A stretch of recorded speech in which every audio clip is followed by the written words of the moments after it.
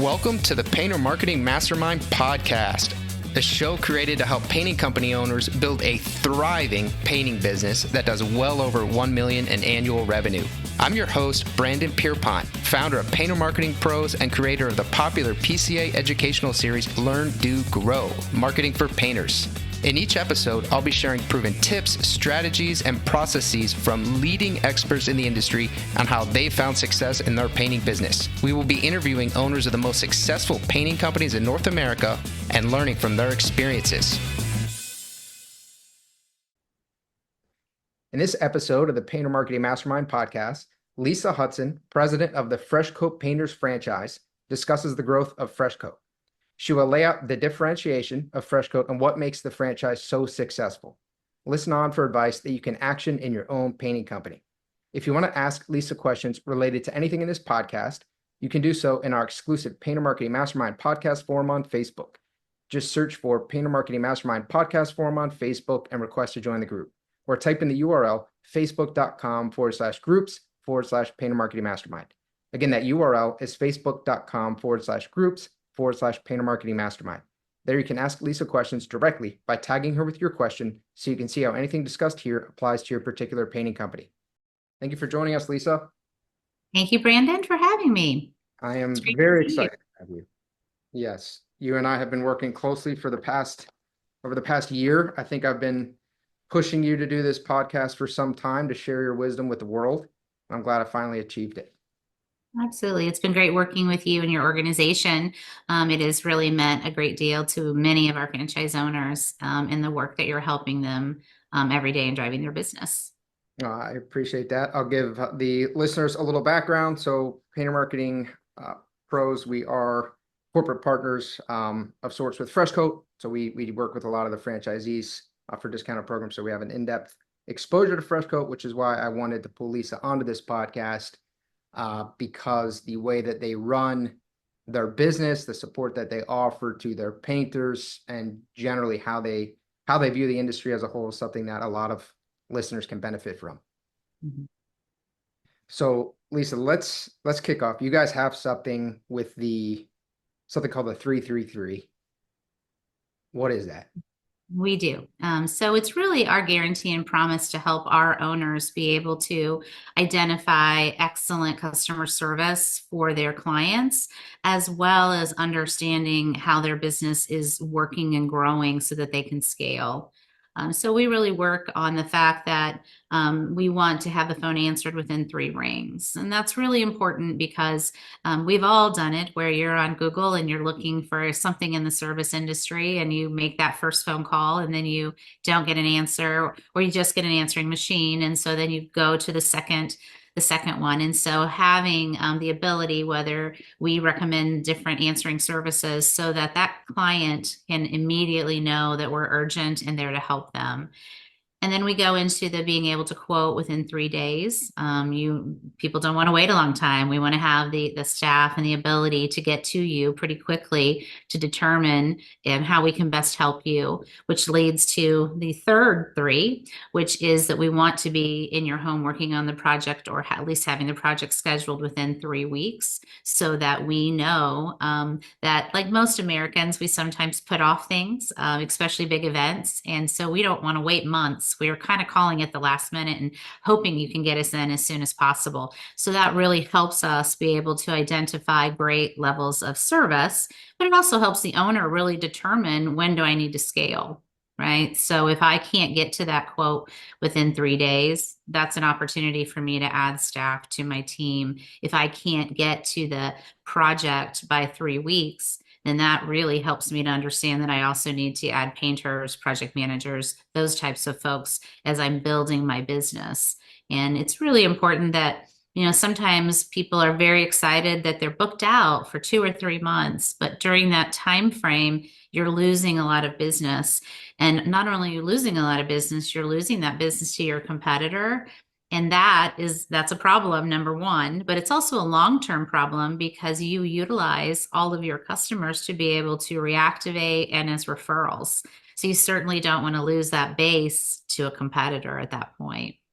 Yeah, I think that point is so good. The fact that it's not just the individual transactions you're you're losing that entire leverage because you should be viewing it as an ecosystem that you're building and you're losing it to a competitor. It's very real. When you first start and open a business, you're really, hustling to get your name known, to have great reviews, to have customers. And in doing that, that's your base. None of us want to hustle as hard as we did our first year, 18 months, the rest of our lives, right? So you want to be able to build that, as you said, ecosystem that is really out there, being a voice for you, being someone that can refer you, and working and keeping up that relationship. The people paint every couple of years, and so you want to make sure that they're going to come back to you. They may move and need painting in their house. They may have a neighbor that needs it, and so you want to know that that's gold. That's really what builds the system, and so you have to build that up. And if you miss scaling during that opportunity, you're going to lose that value and make it harder on yourself in the long run. Yeah, I think the leveraging your existing customers, leveraging your past leads, leveraging referrals, I think it's one of the most undervalued things in the industry. And I like how you just put it there, which you and I sync on this a lot. We commiserate, we try to figure out strategies to get painting companies to move forward and actually do this stuff. But you really talk to the pain there. I've started a couple businesses, the first year, the first 18 months. I don't like it that much. I'll be frank. That it's a beating, right? You're not making a lot of money. You're putting together all the infrastructure. You're dealing with headaches. You're scrambling for the initial sales. I think maybe we should speak and sell to that pain a little bit more, because then maybe people will lean into this leveraging of their network some more. Sure. Well, when you start your business and, at Fresh Coat, you are the only Fresh Coat in your territory. And so you are, really the face of your painting company. And you are really, you have to have people to get to know, like, and trust you, especially in our world, because we're actually physically in your home with your family while we're painting. And so we have to be able to get that word out. And so that doesn't happen only digitally. It digitally is a portion of it, but the other portion is your face, your name, where you're at, how you're supporting other things in the community. How are you networking? How are you helping other people network so that they'll help you? That is really, I call it the spider web of small business. When I was a franchisee with a different franchise, and as I built my business, it was interesting to me because I'd not been in small business before, that how much everyone is connected and how many times you have to see someone before they truly trust you. And when you're out and about, people will come up to you and say, "Oh my gosh, I was going to call you because I have someone that would be interested in your service." And I always used to think, would they have had time, or would they have remembered if they'd not ran into me? So, being that visible, showing up, and at a lot of things, you can't just show up part of the time and then have people trust that you're going to really do what you say you're going to do, right? So there is an image that a business owner has to have in the community that really builds that trust, that can make that painful time frame a lot shorter. Yeah. And I like how you put that, the spider web of the small businesses. So many painting company owners talk about how they grow through word of mouth. And then when you actually figure out what that means, the word of mouth is extremely passive, which is good. Okay, so they came in, they did a good enough project that someone referred them. But you're talking about an active, intentional approach where you're actually reaching out to them. You're asking for referrals. Maybe, ideally have some sort of professional referral program. You're going to networking events. You're leveraging maybe realtors, interior designers, things like that, and creating this ecosystem. And then combining that with effective digital marketing is where you just see huge gains.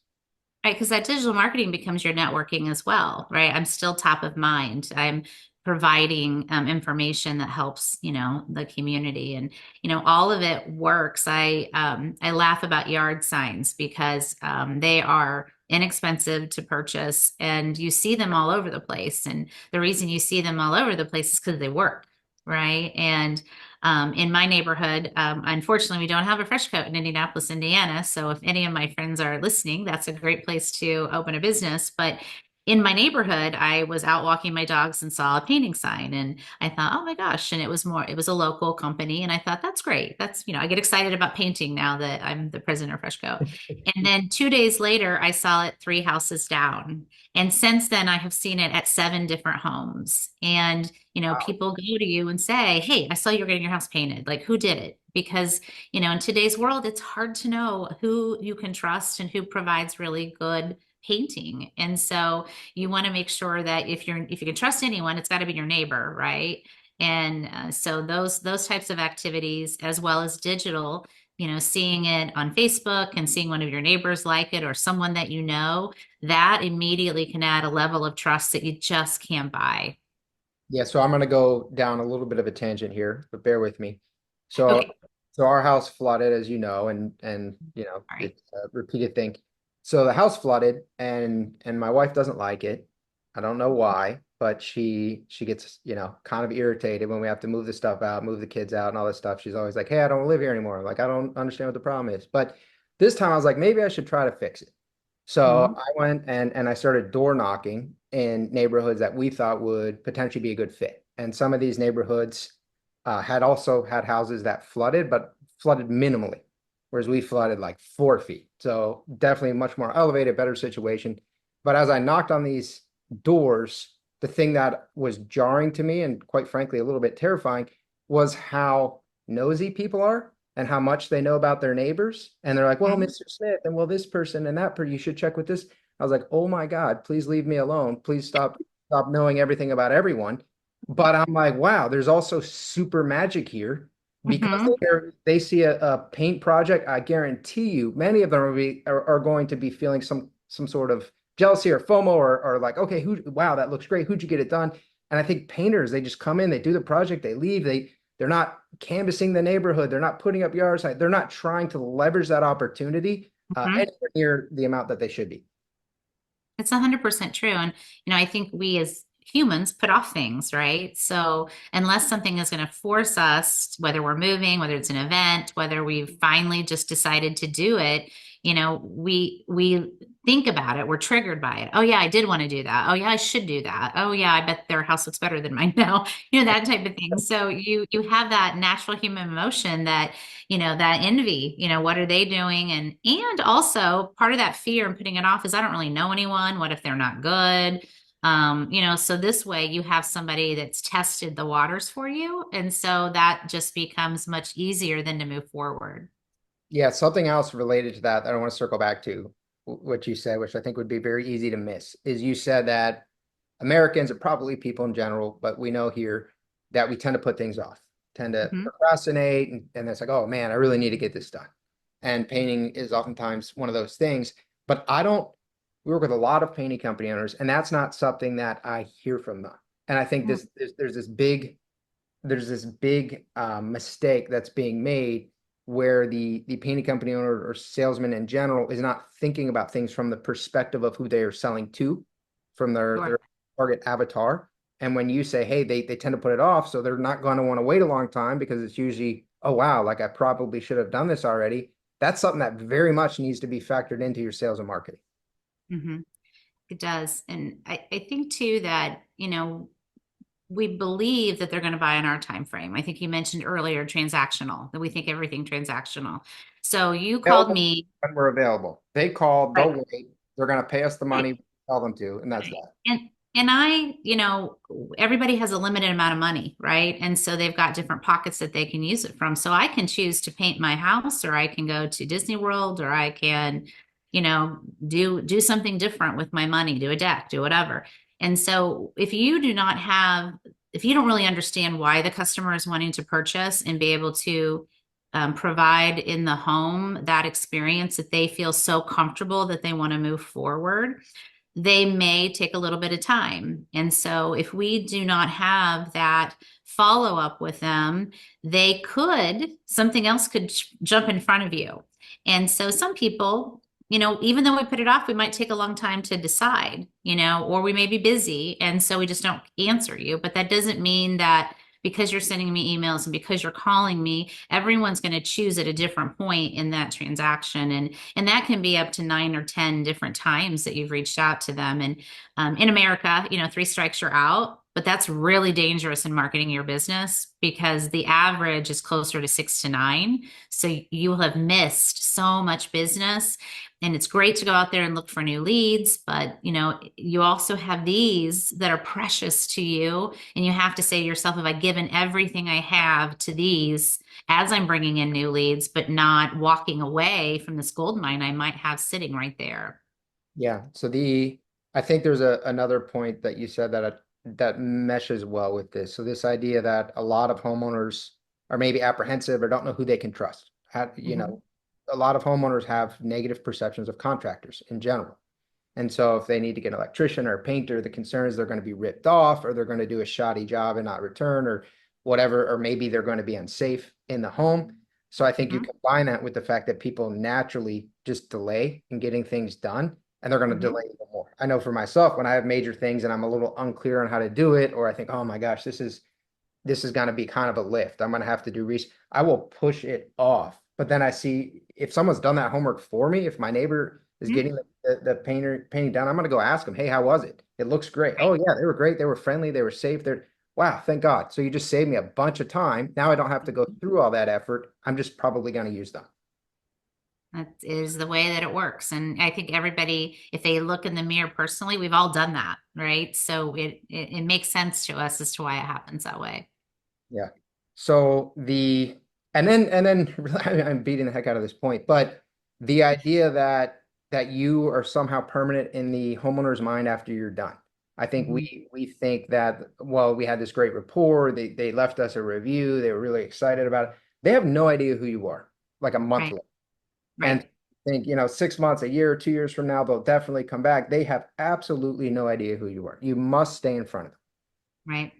And I think it's that comfort level because in most cases, you're not just, unless your neighbor has suggested, that may be, you may have, a one up in the conversation. But if you're talking to 3 or 4 people, there you have to have not only be memorable, but the customer has to feel like somehow you understand what I'm wanting. Whether there's different people that are more interested in the type of paint that you're using or the technical process of the painting or how will you treat my home. There's also a large segment that is doing it for the cosmetic reason, right? They have seen something, they have always wanted it done this way. Their neighbor doors down has like the perfect, room that they want to have as well. And so they want you to also embrace why they're excited and that you want them to be able to know, I get you, I hear you. We're going to do this for you. And this is what it's going to look like for you when you're done so that you and your family can enjoy movie night in this room, whatever it may be.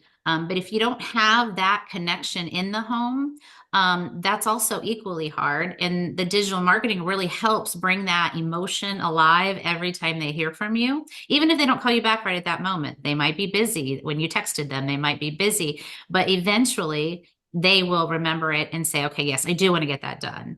And, but it's on their time, not ours. And so sometimes we just move on because they haven't answered, but we have to remember they called us. This is what they wanted. We're excited. We know what they wanted.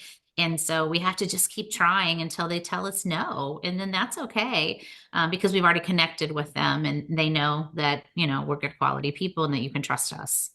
Yeah. So a lot of estimators want to go in and they want to take the measurements and then they want to speak to the technical specs and why what they're doing is going to last longer and how many coats and this and that. And a lot of times that is just noise to the homeowner. It's Mhm. not resonating with them at all. So you need to sell to what they want, figure out what they want. Why are they doing it? What's the purpose Mhm. behind it? And then sell to that dream.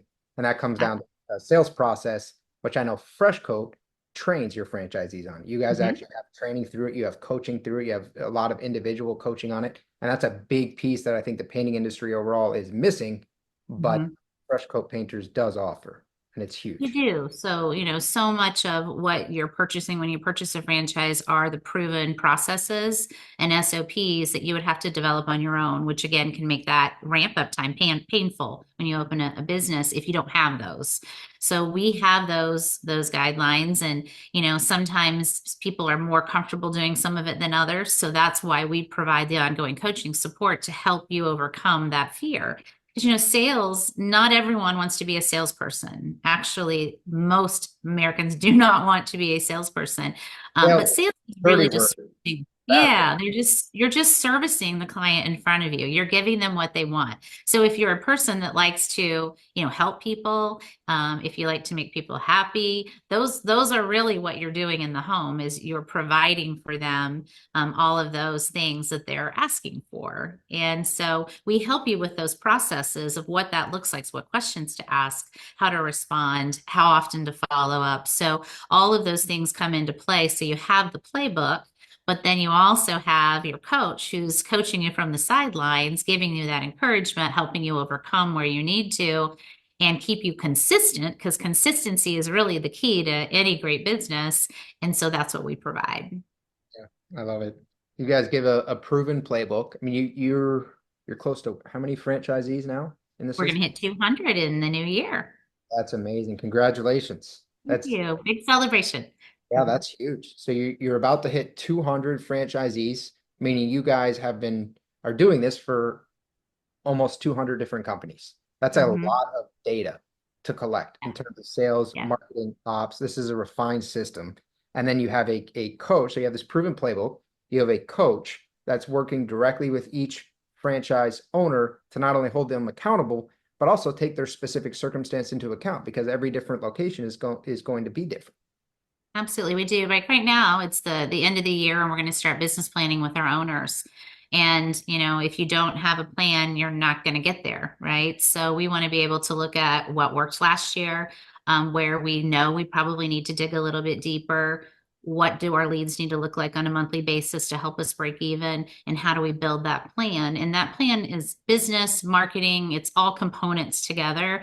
But the real important part about your business plan is the review of it monthly, because monthly is really where you're going to be able to see you're on path, you're on track. You're going to be able to break down what's working and what's not. So many business owners continue to just spend money because somebody told them to, and that's right. But you can see in your numbers, is it really working or is it not? Or should you be adjusting for your marketing plan based on what your market wants, the season of the year? There's a lot of different things that go into play. And so you can't just build it and sit it off to the corner and wipe dust off of it, because that's really going to be, are you going to get to where you want to go? And that's, if you're going to somewhere, you don't use a GPS, right? You just get in the car and you go. But if you are going to go to someplace different, which you would hope, your business is growing and you're going to get to a new milestone, you're going to need to use your GPS the first time so that you can get there. And that's really the importance of the support that we provide, that you'd have to do on your own, if you're, an independent. Yeah. So and your background, Lisa, was not in the painting industry prior to this. Is that correct? No, Yeah.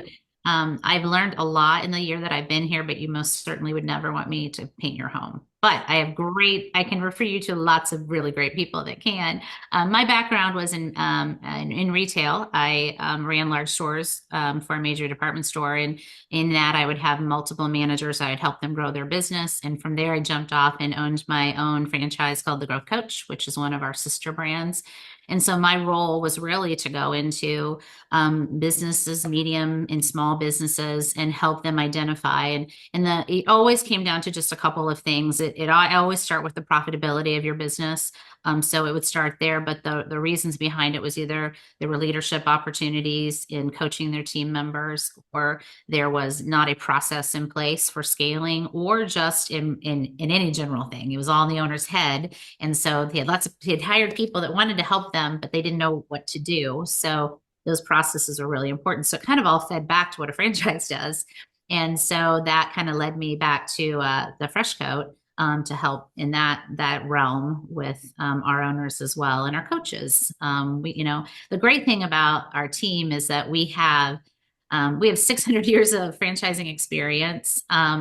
And we also really have the heart for the franchisee. Our day is spent wanting to help them drive their business, wanting them to help them from themselves sometimes, wanting to help them learn new ideas about the industry and to help them move forward. And so that has really kind of been my career path, is in that servant leadership of how can I help you? And how can we, get over something that's holding us back? What is that fear? And kind of talking them through it. No one thrives under somebody just telling you what to do. It's really stepping back and asking questions and then helping them to see things differently so they'll move forward. And that's the whole way that you grow your business.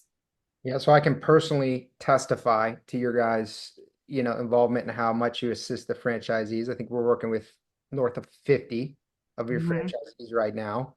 And you guys are very actively involved day to day, giving them what they need, answering questions, sometimes saving them from themselves. I have not seen this level of support previously. I think it's phenomenal. That's why I'm a huge fan of Freshco. Yeah, thank you. Thank you. One of the things I want to touch on, so you talked about painting companies reaching out and then giving up after maybe 2 or 3 times, right? Mhm. That 3 strikes you're out, and how that's not the case with sales. The you and I have discussed this at length. It's been another thing we're trying to make sure everyone understands is not viewing leads on a month-to-month basis, but really viewing leads on something more like a rolling 90-day basis, because this buying Mhm. time frame is longer, especially with high inflation. And then this year was an election year, a lot of uncertainty. People tend to take longer making buying decisions. Let's speak to that for a second. Yeah, absolutely. So, I think in our mind, a monthly, I had 35 leads last month. I should have more this month. But there's a lot of variables, right? And so, it depends on, what we're doing digitally and what we're doing organically, for one thing. But it takes a long time to work through those 30 leads, right? Whether it's doing the quote and then following up on the quote, and all of that is still work that has to be done. And while new leads are coming in, you still have a whole bank that you're still working on. So you want them to be manageable, or you've got to scale even more to have that system that keeps that happening for you. And I kind of joke around sometime and say that, there's not a landfill in your territory full of painting leads where we just keep going back to the well, we just keep dragging them back out. That's not how that works. There's only so many people in your world that have said, hey, I would like to have some painting done. And so if they've said that, then it's our role to provide, again, the best service and then the best follow up, and I remember I had to follow up in my business as well. And I would always say, hey, I am not trying to, be too much for you, but I haven't heard back from you. I know when we talked, this is what you really wanted. So I'm okay if it's a no, just tell me, but I don't want to give up on you because you were so excited about this opportunity. And that's really what you're doing, is you're helping them to make a decision in a way that you're providing what they asked for. And if it's not now, that's great. If it's a no, going for the no is really important too, because then you're not going to spend your precious time working with someone who's told you no. And I think we automatically think not replying is a no, or they're ghosting us. But we've had people come back up to 4 months and say, yes, I do want that done. Now, in our mind, we're not thinking it should take that long, but that's their prerogative. That's when they wanted to do it. And so you do have to really kind of think about, how do I keep going for the no? How these leads accumulate. They don't just poof in that month. They're accumulating all throughout the year. And you've got to figure out how to manage all of them differently to be able to get the results that you want. Yeah, if you have not heard a definitive no, then it is not a definitive no. Mm, mm-mm. And I No. think going for the no, no is a valuable word in sales, and people fear it. People think it means they did something wrong. You should hear it the majority of the time. If you hear yes the majority of the time, you're charging too little. So you Mhm. should usually be hearing no. What you shouldn't be hearing is nothing. It means you're not following up enough. And then when you get no, especially if you deliver the proposal in the home and you have an opportunity to speak to it, you can ask why. So now Mhm. you're actually getting feedback. And it might not be, well, the price was too high, right? Or they say the price is too high. There's usually a level or two below. You haven't demonstrated the value, you haven't differentiated your company. It gives you an opportunity to learn more about your sales process and how you might be able to improve. But if you just don't hear back, and you're just like, well, I guess they're not interested, then you didn't learn anything. All you did was waste time. Yeah. And I think too, the underutilized is the phone call, right? So we will say, or I'll hear people say, well, I have a drip campaign, so they're getting emails.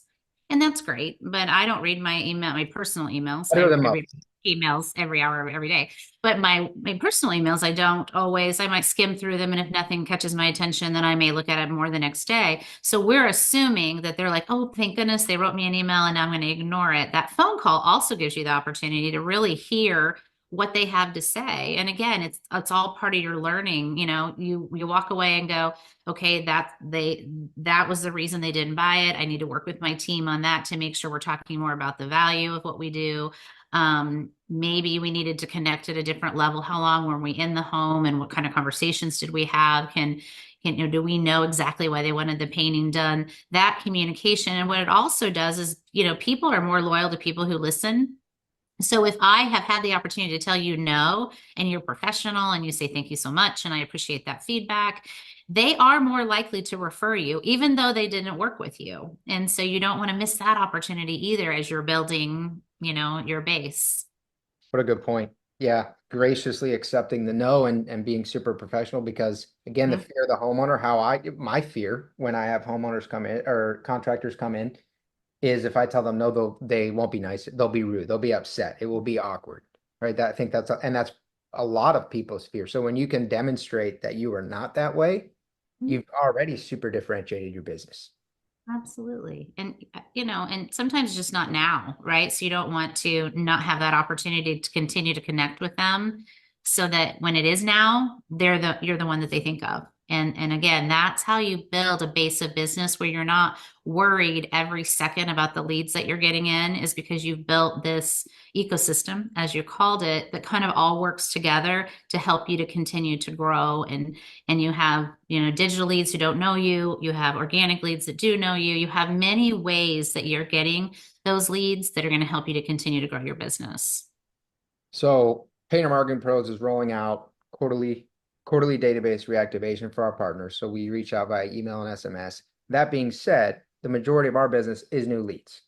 Uh-huh. So what I'm about to say, I think should carry some weight. New leads are the most expensive and most challenging leads you can get.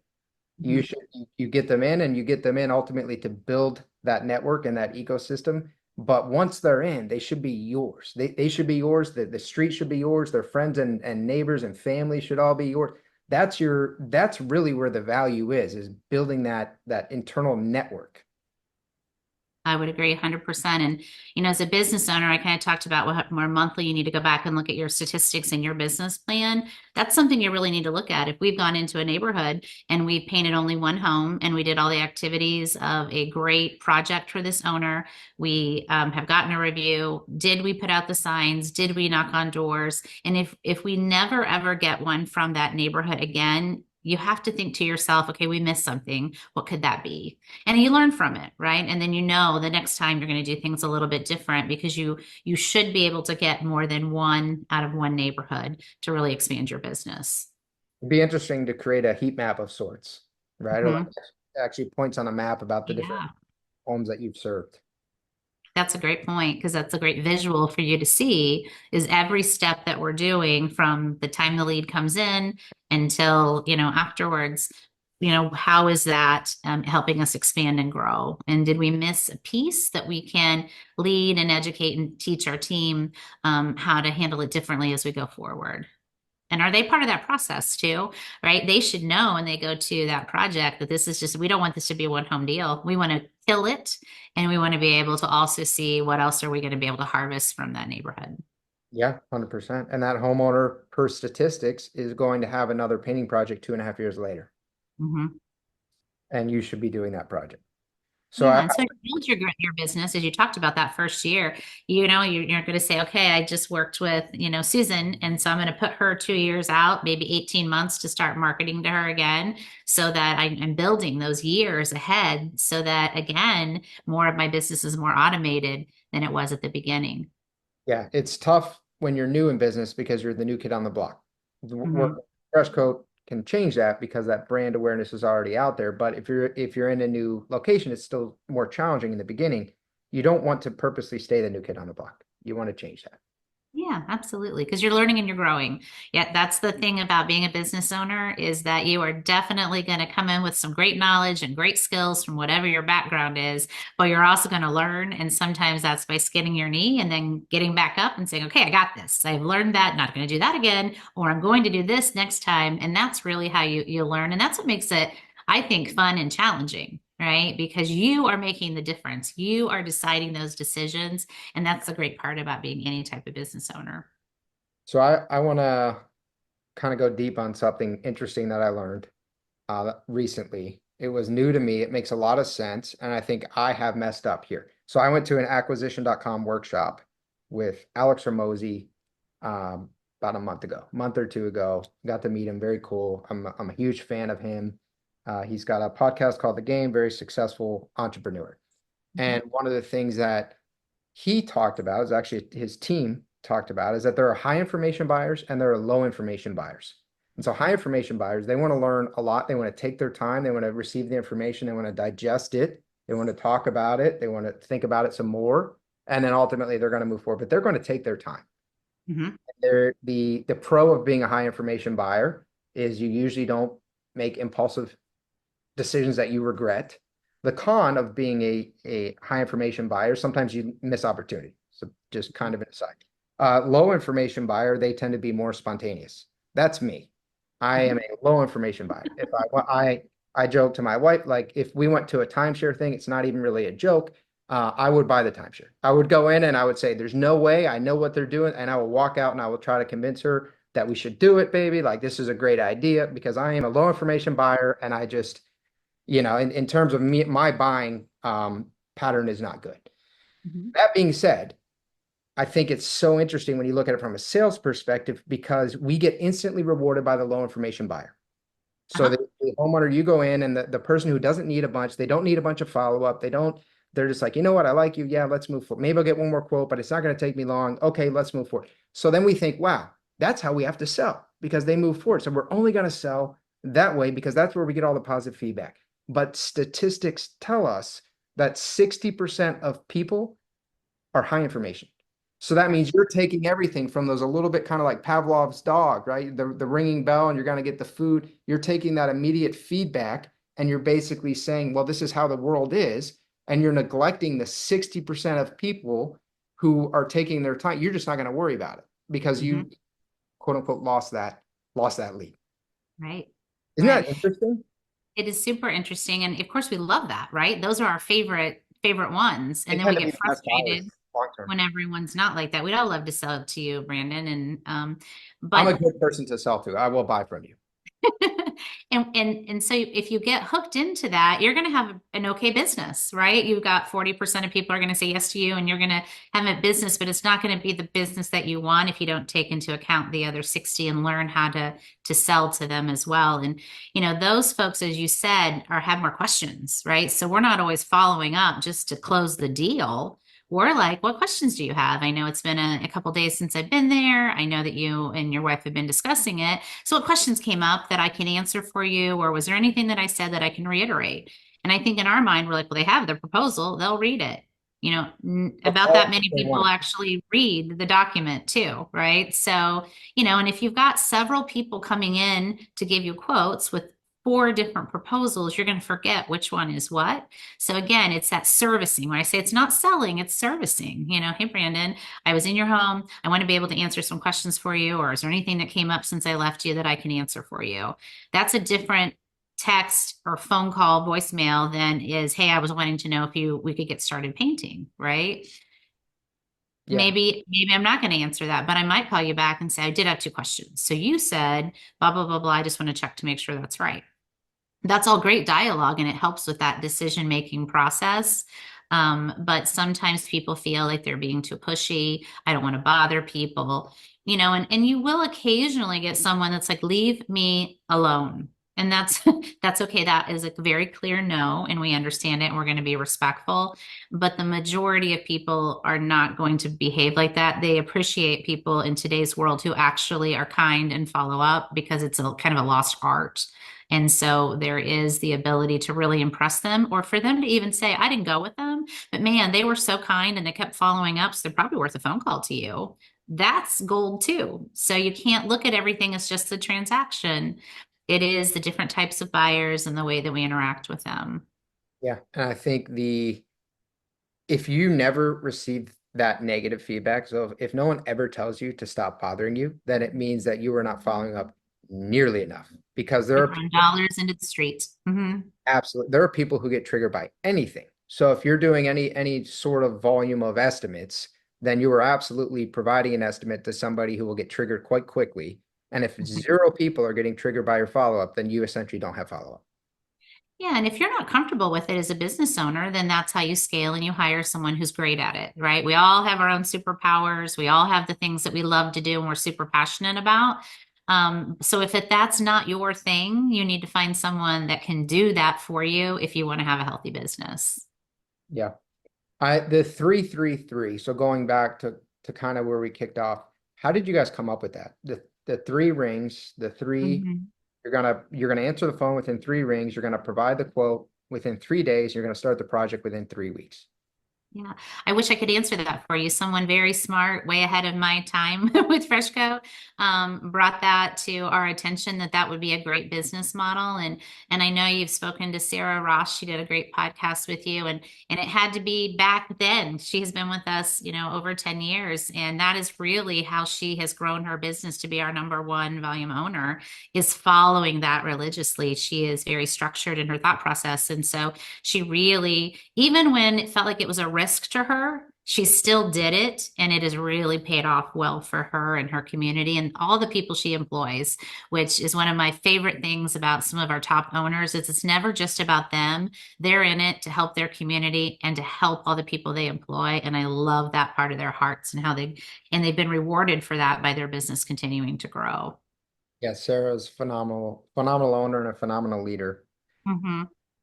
When now you had said, okay, if you aren't able to meet the 3-3-3, if you're becoming, I guess so busy that you're finding that, okay, now we can't provide that quote for 4 days or 6 days, or we can't actually get you on the books until 5 weeks out because we're just booked out too far. That's a sign that maybe you need to start scaling and you need to start building your team because you don't have operational capacity. Are there other signs that you guys look for? It's like, hey, this might be another sign that it's time to start hiring. Yeah, I think, there's always the volume opportunity. And are you utilizing, we focus on residential, national accounts, and commercials. So are you getting all of your, pieces of the pie of that program? So that will also tell you if you're only stuck in one, what is what are you leaving on the table again that can help you grow your business?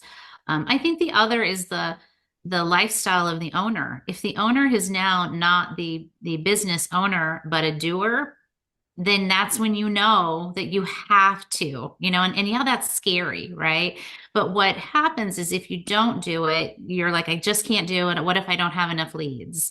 But because your head is down and you're in the business, you're not out helping to bring in those leads in the community, in organic, in working with their marketing plan, analyzing their business.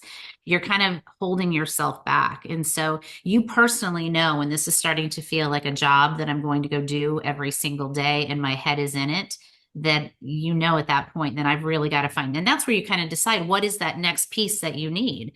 Hiring painters or utilizing subcontractors, that's a little easier, right? Because as the owner, I'm not painting. So that's an easier one. But then what do I need? So if I'm the owner that says, you know what, I don't want to have to call and follow up with people.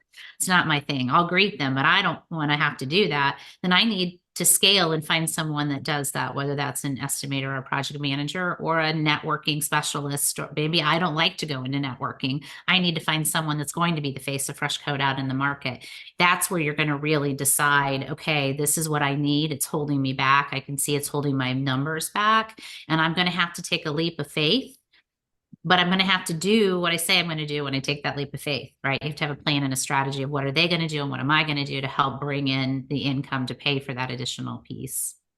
Yeah, and business ownership in general is already a leap of faith. We're already playing an unpredictable game. Yeah, you are. And it is fun because you get to make the decisions, right? And when we talk to people that are wanting to open their own business, I don't want to have to work so hard for someone else. So you're working so hard for yourself, but that also means that you have to, and that's why I like the support that we provide, because that is a normal place for owners to get stuck. Right. And there's a lot of fear that surrounds it. And that's why it's nice that you have the support of our Fresh Coat team to really step back and look at it with you objectively. Is what your gut's saying right? Is what the numbers are saying right? What should you hire? When should you hire them? So that you have someone to bounce ideas off. I mean, I was a business coach because there were many, many business owners that needed that in their business to grow and move forward. And oddly enough, I actually had a lot of franchise owners that I worked with too, because they weren't getting it from their franchise. And so that's why I'm so passionate as the president of Fresh Coat that our coaching has to be world class, because that sets us apart. And that's really how we help the owners. And if our heart is we want to help them, then we have to be there to help, support, give tough love, give a little nudging, and help you get what you want. Because that it's not about us. It's what you want this business to look like now, in the future, and as your legacy for either to, your children to run, or for you to sell and get a great price out of it. It is very important to your life. That's why you purchased it. So we're here to serve you. Yeah, you guys have very extensive coaching. And I was actually, so Sarah Ross, she's one of she's a partner of Painter Marketing Pros, and I was on a call with her yesterday. We're planning for 2025. And she told me that you've been pushing her and for some time to hire an administrative assistant. Said, hey, Sarah, you're well past the time that you should have done that. So I think even the president of Fresh Coat will go get involved, even though you have almost 200 franchisees, and we'll actually individually talk with the owners. I think that speaks volumes to Fresh Coat. Yeah, it's the favorite part of my day to talk with them, to be honest with you. So I do love that. So we've talked about not fully leveraging past leads, past customers, and not focusing on this ecosystem. We've talked about not following up enough, talked about Mhm. the sales process not being dialed in enough. The 3-3-3 being, I think, a recommendation anyone could take and implement and would really help their business. Are there Sure. other, you have access to so much data and you work with so many painting company owners. Are there other things that you see, just big mistakes in the industry that people could learn from, or maybe things that you've seen work really well that for some reason a lot of painting company owners are not doing? Sure. I think it's tailoring your approach, right? It's very different if you're going to be working with a GC, and how that conversation is going to go, and how to budget appropriately, because there's usually a delay in payment compared to residential. And then in the residential, who is the customer that you're working with, and you can go through your customer records and see that a very high proportion of the residential interior buyers, or the people that you're quoting to, are female. Right. And so are you tailoring that approach so that we get excited about whatever HGTV show they're excited about and they want it to look like, right? Is it on their Pinterest board? Like, what are those things and if you don't know what a Pinterest board is and you're the one doing the estimating, that could be a little bit of a separation for the excitement to build that trust. And so those are some of the things you kind of just have to know, who will I be meeting in the home, so you can prepare for the conversation in a way that is going to be appropriate and comfortable. And the estimate, they just trust we're going to be able to do a good estimate, right? That is not something they sit up and worry about. It's what we do, it's what our job is. But they want to know that their home is going to be treated with great respect. They want to know that whatever they're going to use the room for, that we're going to help them select the right paint to last. They want to know that we're not going to get stuff all over their stuff. They want to know we're going to be there on time, because I might have had to take off work or hid my children so that you can be in the home for a couple of hours, and that you're going to be out of there when you say you're going to be out of there, and you're not going to have to come back the next day, because that can impact my personal life. So I have to feel and trust all of that when you leave and give me the quote, or give me the quote and leave. And if I don't feel that, then that's a problem, and that's an opportunity for growth. And so that's just one of the things that we've really found, is that you have to be able to understand all of that, so that you are giving every quote the best shot that you've got. Yeah. So the HGTV Pinterest board, that may be for people who are listening and maybe you've never watched HGTV, or you don't really know what they focus on, or you've never logged into Yeah, what's the Pinterest. color of the year, right? Or what are the five most popular colors? Like that's important for an owner to know because that's you're knowledgeable, right? You're getting excited about how they're going to use the space and you are now in this with them and they can't see doing it without you. That again is really important thing. The other thing I would say too is that, you know, the quality of your painters is going to make or break you, right? Because if they understand the standards, if they are great at what they do, if they do great quality work the first time, so we don't have to do anything to go back, or we at least really walk it as a customer or with the customer to make sure they're 100% satisfied, and that gets us the 5-star rating. That is the key and the gold to what you're doing, right? So that has to be really buttoned up. So you have to find great painters, give them feedback, make them part of the process and part of the celebration, and make sure that piece, because the more that they paint, the more productive they are, the more projects you can do. Going back is not something that I would ever classify as great customer service. I feel like it's great if you handle something that's not right and you handled it well for the customer. That's very important. But how could we have stopped that before we ever left the home? Who was the critical eye that was there walking with the customer, making sure they feel great? Because that's just time wasted and that's money wasted. And it's also a disappointment, even if you turn it into a positive at the end. Sure. Yeah, you don't want to be doing that all the time. Let's I want to dive into that for a second. The quality of the painters, how do we do that if we're using subcontractors? Yeah, I will tell you, we have a lot of owners that are really good at this. And Brian Denny is in Dayton, Ohio, and he's really good at holding them accountable, right? He trains them on their standards, and that is on the job training, so that if you're going to be a subcontractor for me, you're going to make sure that you understand exactly what I just went through. You're still part of my team.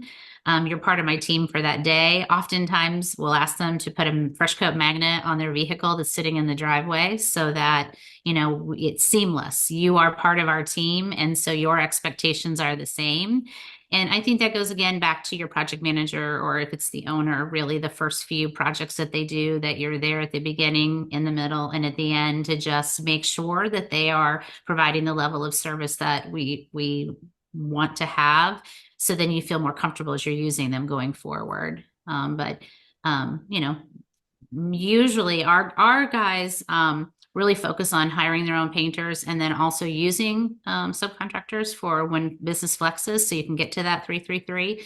And so they are using a lot of the same subcontractors over and over. And so through that, you get to build the relationship, but they have to be part of or feel like they're part of your fresh coat team. They've got the fresh coat shirts on. They are representing you. So you'd have to give them the same great positive and constructive feedback as you would your own team members. Yeah, and it goes back to the marketing ecosystem we talked about, because then when you have an effective ecosystem, you have more consistent lead flow. When you have more consistent lead flow, then you can keep them busier. When you keep them busier, it can more closely mimic a W-2 relationship, and they'll abide by the standards and they'll want to perform great work because you're able to keep them fed all year round. You're absolutely right. They want to go where they can feel consistent, you know, employment, and that's, you know, what you want to be able to provide. Yeah. Lisa, this has been absolutely incredible. It's been a wealth of insight. I appreciate you sharing everything. Before you wrap up this episode, is there anything else you want us to know? You know what, if you are interested in owning your own painting company and you happen to be listening to this, so we would love to have a conversation with you. You know, if you're going to start a business, we're excited for you, whether you join Freshcoat or whether you decide to do it by yourself or with someone else. Would love to have the opportunity to speak to you, to just kind of talk about what are the options and what does it look like, so that you make the best decision for your future, because it is a very, very fun ride to own your own business. And, you know, this is my second round in franchising, and I'll tell you, I love it. I love the community, and I love what I do every day. I love it. Who should they contact if they're interested in exploring a partnership with Freshcoat? Sure. So you could reach out to Leo Haley, who is our vice president of franchise development. We also have a Freshcoat franchise website that you could utilize as well, and go in there and fill out a form. Or if you want to reach out to me through LinkedIn, I can get you connected to talk to someone today. I love it. Lisa, thank you. This was awesome. I appreciate you. Thanks for your time. Absolutely. Thank you so much. If you want to learn more about the topics we discussed in this podcast and how you can use them to grow your painting business, visit paintermarketingpros.com/podcast for free training, as well as the ability to schedule a personalized strategy session for your painting company. Again, that URL is paintermarketingpros.com/podcast. Hey there, painting company owners. If you enjoyed today's episode, make sure you go ahead and hit that subscribe button. Give us your feedback. Let us know how we did. And also, if you're interested in taking your painting business to the next level, make sure you visit the Painter Marketing Pros website at paintermarketingpros.com to learn more about our services. You can also reach out to me directly by emailing me at brandon@paintermarketingpros.com, and I can give you personalized advice on growing your painting business. Until next time, keep growing.